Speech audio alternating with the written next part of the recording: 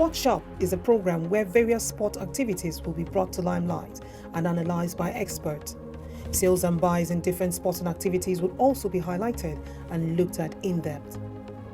A jersey, as used in sport, is a shirt worn by a member of a team, typically depicting the athlete's name and team number, as well as the logotype of the team or corporate sponsor. Sport jerseys are beautiful. Sport jerseys are colorful. Sport jerseys are awesome.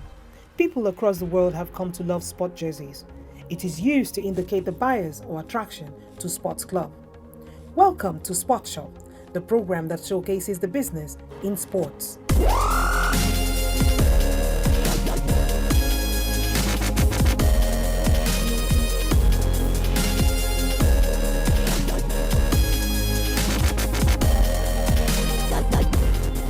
There are different types of jerseys, and each is unique to each sport. A cycling jersey is different from a hockey jersey. A baseball jersey is different from a basketball jersey. The list goes on. In football, the craze for jerseys is not just about wearing a t-shirt or colors of a club. It is about a new way of life, the way it looks. People talk football, they dress football, and speak football with their jerseys. People in jerseys are a trend everywhere. It has become so fashionable that it fits into a lot of styles of dressing. Ladies wear it, men do, and even babies wear it too. In the early days of Nigerian football, designs on jerseys were not a big deal. Teams generally printed their club names on the jersey. Back then, the colors of the jerseys generally specified their team identity. Gradually, teams started realizing the advantages of wearing jerseys that were designed.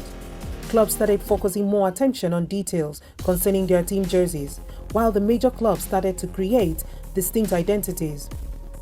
The biggest Nigerian clubs of the 1970s include Shooting Stars of Ibadan, Rangers International of Enugu, Ranchers Bees of Kaduna, Stationery Stores of Lagos, Mighty Jets of Jos, and many more.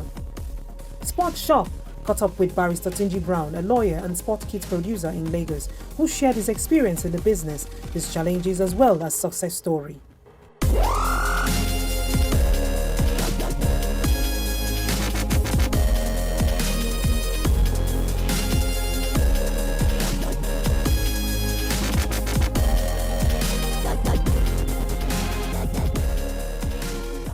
My name is Tunji Brown, Barrister Brown. Maybe I should say I'm a lawyer and at the same time I'm an entrepreneur. And I got into this precisely 13 years ago. That's in September of 2005. Yeah, I saw that there was a vacuum. And what was the vacuum? We didn't actually start off as kit manufacturer. We actually started off as a business consultant. And in what area? That was in the area of shirts sponsorship and shirt branding. Because then in 2005, we saw that majority of the Nigerian teams had no shirt sponsorship. And the companies then that were actually sponsoring teams abroad, the likes of Kia, Samsung, Coca-Cola, Pepsi, were all in Nigeria. And we felt that how come all these companies are doing that abroad and they're actually not doing the same in Nigeria? So we decided to do our research and actually find out what was wrong, why they were not doing shirt branding and shirt sponsorship in Nigeria. Only for us to find out that over time we discovered that Nigerian teams had one set of jerseys for home, one set of jerseys for away games, no replicas. So there was no way companies that wanted to brand their company logos and company names on the jerseys could do so. If we actually look at it, until recently, even the Super Eagles didn't have replica jerseys. But let's limit it to our local teams, because then we had teams like Enyimba, Kano Pillars, and so on and so forth. But there was no replica jerseys of all these teams available anywhere. It's just the jerseys that the teams use on the field that they use for next games.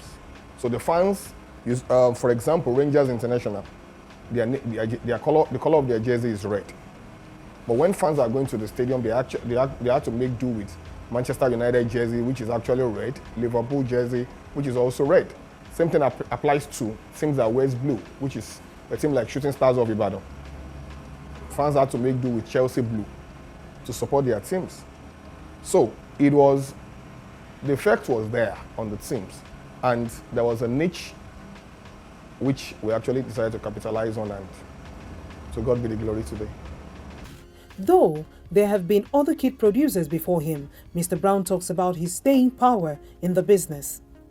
He also explained how empowering people locally has contributed to the growth of his business over the years. It was difficult convincing Nigerians in the beginning, as we were not known brand like Nike and Adidas, so we had to place ourselves in the marketplace, he said. History tells us that we've had one or two of them before us, just that we've been the one that has been able to stand the test of time. How do I mean? I've heard about Mary Onyale, that she actually did some things in athletics, for athletics gear and apparels then, and there's been one or two also. And there have actually been some individuals that tried to bring in kits into Nigeria and be in form of franchise.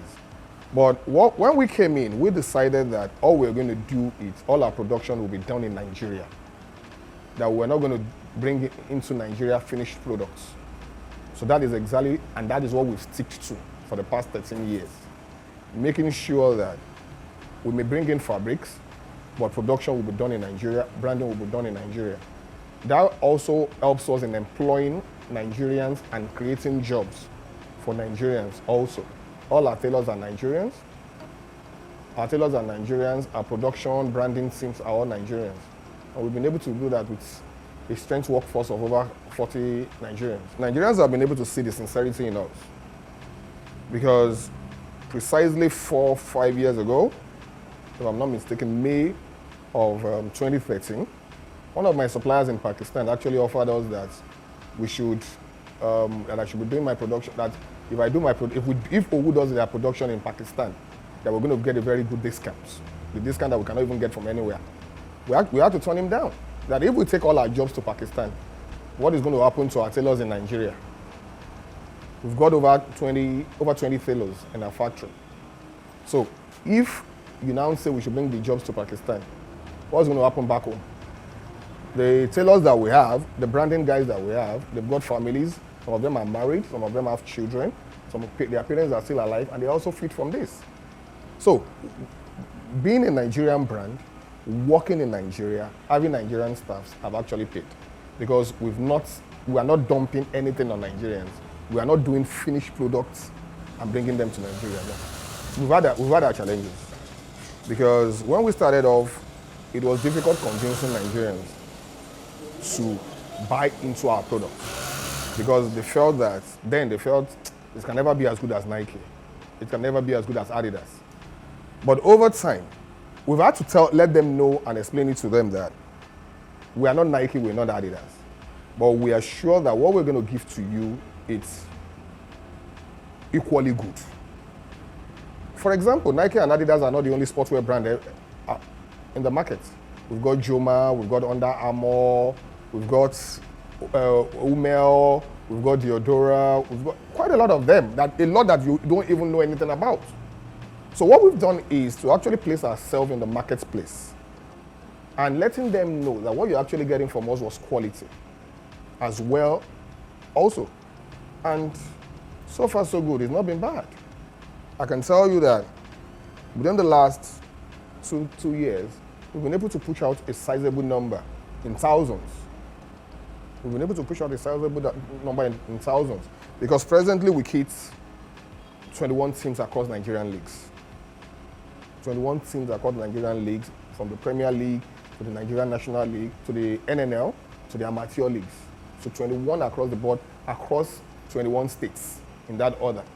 And we've also been able to kit the Nigerian team that went to Spain for the MPFL All-Stars against the teams in the Spanish League 2 years ago. The Nigerian team, the under 15 team that represented Nigeria in South Africa last year was also kitted by us. We have a track record with Channels, Kids Cup from inception till date, NMPC Shell Cup for the past 6 years. So I don't think we're doing badly. And that's all we can take on Spot Shop today. Join me for a concluding part of this episode next week. My name remains Itoro Jimmy. Bye for now.